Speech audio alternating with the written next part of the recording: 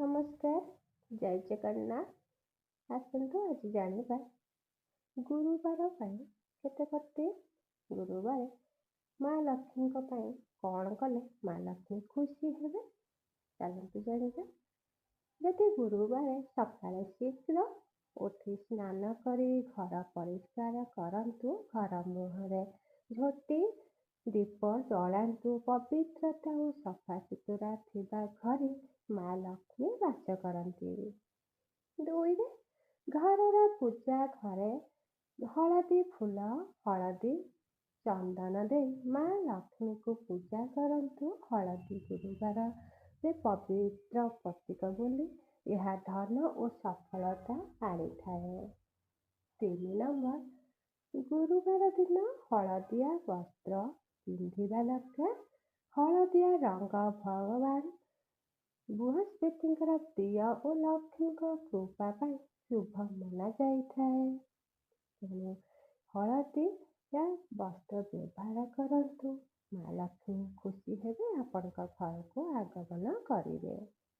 ଗୁରୁବାର ଦିନ କେଶ କାଟିବା, ନଖ କାଟିବା ଏସବୁ ବାରଣ କରନ୍ତୁ। ଏହା ଅଶୁଭ ମନା ଯାଇଥାଏ। ଧନ ହାନି ମଧ୍ୟ ହୋଇପାରେ। 6.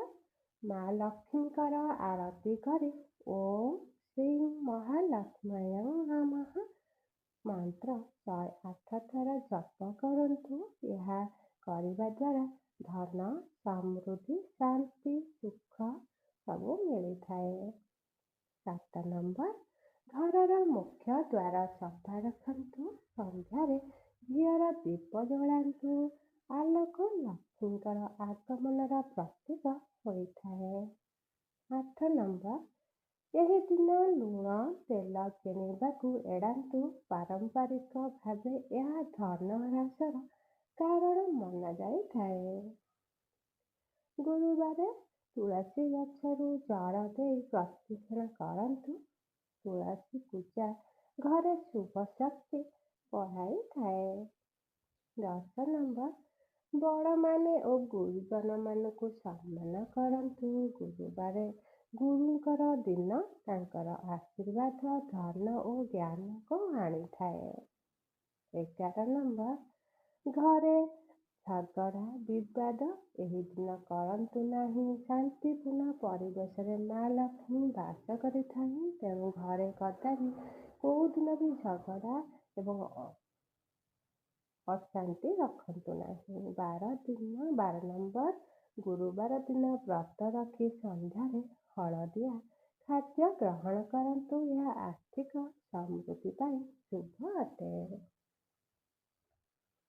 13. ପିପଳ ଗଛକୁ ଜଳ ଦେଇ ପ୍ରାର୍ଥନା କରନ୍ତୁ। ଏହା ବୃହସ୍ପତିଙ୍କ କୃପା ପାଇଁ ଶୁଭ ମନା ଯାଇଥାଏ। ବନ୍ଧୁଗଣ, ଏହି ଭିଡ଼ିଓ ଯଦି ଆପଣମାନଙ୍କୁ ଭଲ ଲାଗିଥାଏ ଦୟାକରି ଭିଡ଼ିଓଟି ଲାଇକ୍ ସେୟାର କରିବେ, ସବସ୍କ୍ରାଇବ୍ ମଧ୍ୟ କରିବେ। ମନରେ ସକାରାତ୍ମକ ଭାବ ରଖନ୍ତୁ। ନେଗେଟିଭ୍ ଚିନ୍ତା ଧନ ଓ ଶାନ୍ତିକୁ ଦୂର କରିଦେଇଥାଏ। 15. ଘରେ ଭଙ୍ଗା ଜିନିଷ ରଖିବେ ନାହିଁ। ଅଳିଆ ଆବର୍ଜନା ରଖିବେ ନାହିଁ। ଯେଉଁଟା ଦରକାର ନାହିଁ ତାକୁ ବାହାର କରିଦିଅନ୍ତୁ। କାହିଁକି ନା ଏସବୁ ଜିନିଷ ଯଦି ଆମେ ଘରେ ରଖିବା ନେଗେଟିଭ୍ ଶକ୍ତି ବଢ଼ାଇଥାଏ, ଘରେ ଅଶାନ୍ତି ମଧ୍ୟ ବଢ଼ିଥାଏ। 16. ଗାଈକୁ ଚଣା ଡାଲି କିମ୍ବା ଗୁଡ଼ ସେଇଦିନ ଖୁଆନ୍ତୁ। ଏହା ପୁଣ୍ୟ କାମ ଓ ଧନ ବୃଦ୍ଧିର ସୂଚକ ଅଟେ। 17. ମା ଲକ୍ଷ୍ମୀଙ୍କର ଛବିକୁ ପଦ୍ମ ଫୁଲ ଅର୍ପଣ କରନ୍ତୁ। ପଦ୍ମ ସମୃଦ୍ଧିର ପ୍ରତୀକ ହୋଇଥାଏ। ଗୁରୁବାର ଦିନ କାହାକୁ ଖାଲି ହାତରେ କେବେ ଫେରାଇବେ ନାହିଁ। ଯେତିକି ସମ୍ଭବ ସାହାଯ୍ୟ କଲେ ଆପଣଙ୍କ ପ୍ରତି ମା ଲକ୍ଷ୍ମୀ ପ୍ରସନ୍ନ ହେବେ।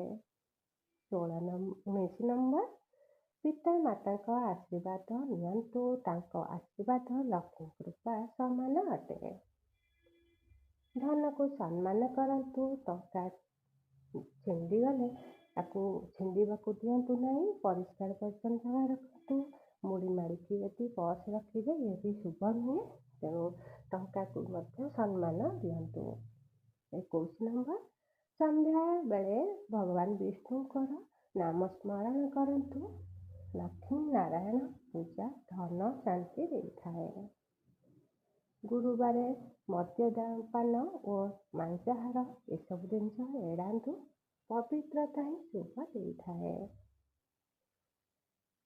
23 ନମ୍ବର, ଛାତ୍ରଛାତ୍ରୀମାନେ ଗୁରୁଜନଙ୍କୁ ପ୍ରଣାମ କରନ୍ତୁ। ଜ୍ଞାନ ଓ ସଫଳତା ଏହା ଦ୍ୱାରା ବଢ଼ିଥାଏ। ଗୁରୁଙ୍କୁ ସମ୍ମାନ କଲେ ସଫଳତା ଆସିଥାଏ।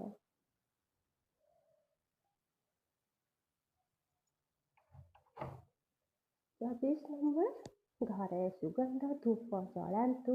ଏହା ନେଗେଟିଭ୍ ଶକ୍ତି ଦୂର କରିଥାଏ। 25 ନମ୍ବରରେ, ଯଦି ଗରିବ ଛାତ୍ରଙ୍କୁ ପୁସ୍ତକ ଦାନ କରନ୍ତି ତାହା ଏହା ମହାପୁଣ୍ୟ କାମ ହୋଇଥାଏ। ଗୁରୁବାର ଦିନ ନୂତନ ଶୁଭ କାମ ଆରମ୍ଭ କରିବା ଶୁଭ ମନାଯାଇଥାଏ। ଯେକୌଣସି ଆପଣଙ୍କର କିଛି ନୂଆ କାମ କିଛି ହେଉଛି ତାହେଲେ ଗୁରୁବାର ଦିନ ହିଁ ଆରମ୍ଭ କରନ୍ତୁ। ମା ଲକ୍ଷ୍ମୀ ଆପଣଙ୍କ ପ୍ରତି ପ୍ରସନ୍ନ ହେବା ସହିତ ଆପଣଙ୍କର କାମ ସଫଳ ହୋଇଥାଏ। 27 ନମ୍ବର, ଘରର ଉତ୍ତର ପୂର୍ବ ଦିଗ ସବୁବେଳେ ସଫା ରଖନ୍ତୁ। ଏହା ମା ଲକ୍ଷ୍ମୀଙ୍କର ପ୍ରବେଶ ଦିଗ। ମା ଲକ୍ଷ୍ମୀଙ୍କର ଚରଣରେ କମଳ ଦୀପ ଜଳାନ୍ତୁ। ଏହା ଧନ ସମୃଦ୍ଧିର ପ୍ରତୀକ ମନାଯାଇଥାଏ। 29 ନମ୍ବର, ଘରର ବଡ଼ମାନଙ୍କୁ ମିଠା ଖାଇବାକୁ ଦିଅନ୍ତୁ। ସମ୍ମାନ ଓ ସ୍ନେହ ଧନ ସମୃଦ୍ଧି ଆଣିଥାଏ। ଏସବୁ ଜିନିଷ ସବୁ ଆପଣ ଯଦି ମନ ଦେଇ ସବୁ ପାଳନ କରିବେ, ମା ଲକ୍ଷ୍ମୀ ଆପଣଙ୍କ ପ୍ରତି ପ୍ରସନ୍ନ ହେବା ସହିତ ଘରର ସୁଖ ଶାନ୍ତି ମଧ୍ୟ ବଢ଼ିଥାଏ। 30 ନମ୍ବର, ସଦା ସତ୍ୟ ଓ ନୀତିରେ ଚାଲନ୍ତୁ।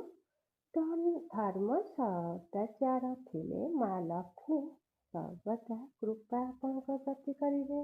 ତେଣୁ ସଚେତ ରୁହନ୍ତୁ।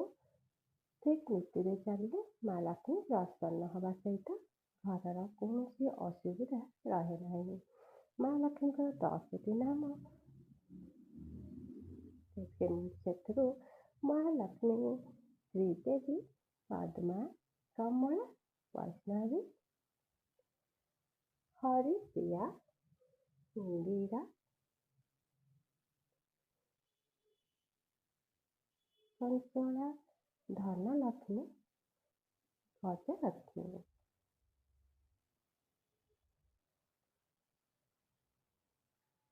ଏସବୁ ଟିପ୍ସ ଯଦି ଆପଣମାନଙ୍କୁ ଭଲ ଲାଗିଥିବ ଦୟାକରି ଚ୍ୟାନେଲଟାକୁ ସବସ୍କ୍ରାଇବ୍ କରିବେ, ଯେଉଁମାନେ ନ କରିଥିବେ, ଏବଂ ଲାଇକ୍ ସେୟାର କରିବେ।